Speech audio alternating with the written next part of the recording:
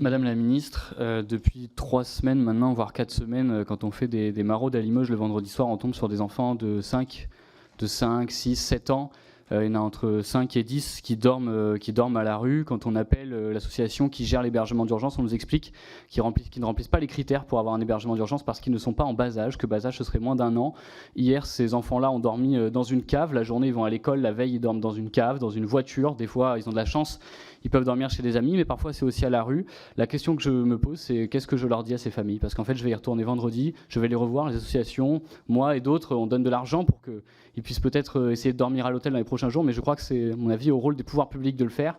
Et franchement, on est désespérés, quoi. On ne sait plus quoi dire à ces familles-là. Il faut leur trouver un hébergement. C'est des enfants de 5, 6 et 7 ans à Limoges, mais il y a plein d'autres villes où ça arrive. À Tours, par exemple, un député héberge des enfants dans sa permanence.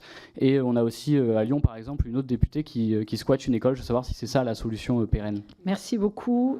On a dans les migrations qui reprennent un certain nombre de jeunes filles qui, pour des raisons parfois d'ailleurs bien involontaires, sont effectivement enceintes. On a des familles qui arrivent.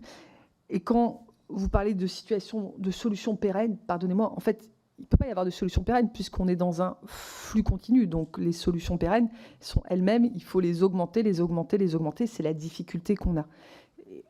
Il n'y a jamais eu autant de places, il n'y a jamais eu autant de places d'urgence créées, il n'y a jamais eu autant de structures mères-enfants qui ont été créées. Mais quand on y passe tous, c'est mon cas quand je vais dans une structure mère-enfant, vous avez un quart des personnes au moins qui ne peuvent pas en sortir parce qu'elles ne peuvent pas accéder à du logement parce qu'elles sont en séjour irrégulier. Donc on a effectivement cette problématique-là, entre autres, et parce qu'on a un flux extrêmement important. Donc ce n'est satisfaisant pour personne. Je vais reprendre les arguments qui vous sont avancés sur l'âge des enfants. Ça me paraît, en tout cas, c'est pas du tout les consignes qui avaient été passées il y a 1 an, qu'on a repassées il y a quelques semaines sur l'hébergement d'urgence des familles. Je vais reprendre dossier par dossier ce que vous m'avez dit sur la Sarthe et je réappellerai les préfets.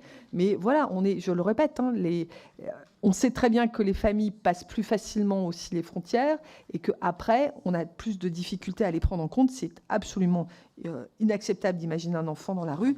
Mais je répète, ce n'est pas un enfant qui est nécessairement depuis 8 mois dans la rue. C'est des enfants qui arrivent et qu'on prend en compte au fur et à mesure avec... ce n'est pas satisfaisant, on peut toujours faire mieux, il faut faire mieux.